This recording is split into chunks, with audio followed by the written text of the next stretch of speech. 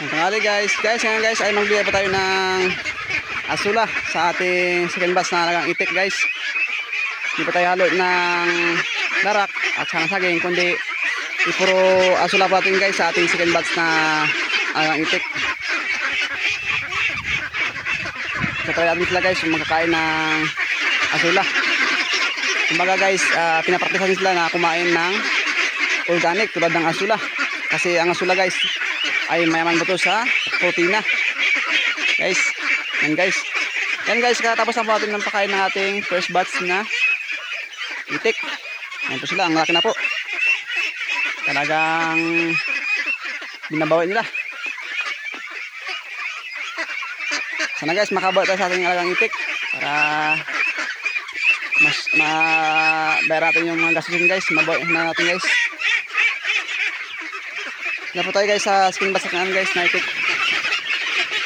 Kaya natin guys na mga kaitik na magpapakain ng asula na walang halong feeds or darak. Enjoy lang po tayo guys.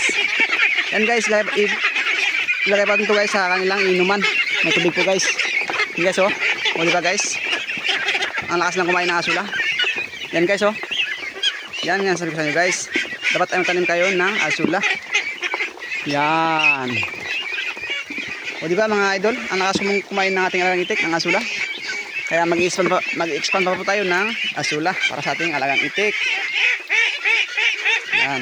Guys, thank you po sa panonood ng aking video sa araw na ito. Suportahan niyo po ako guys sa aking pag-video para po mas marami po tayong may upload na video tulad nito guys, pag-farming. Pag-farming guys ay kailangan enjoy lang po natin yung ating ginagawa para hindi po tayo may stress. Yan guys, subos na yung kanilang asula. Malit lang po guys yung ating pinakain. Kumbaga guys, pinapraktis na natin yung na kumain ng asula yung ating alagang itik.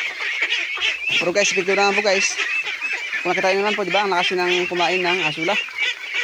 Kaya nakakatawa guys na ang itong uri ng halaman ay talagang makatulong sa atin guys upang makatipid sa pakakain ng aking alagang itik.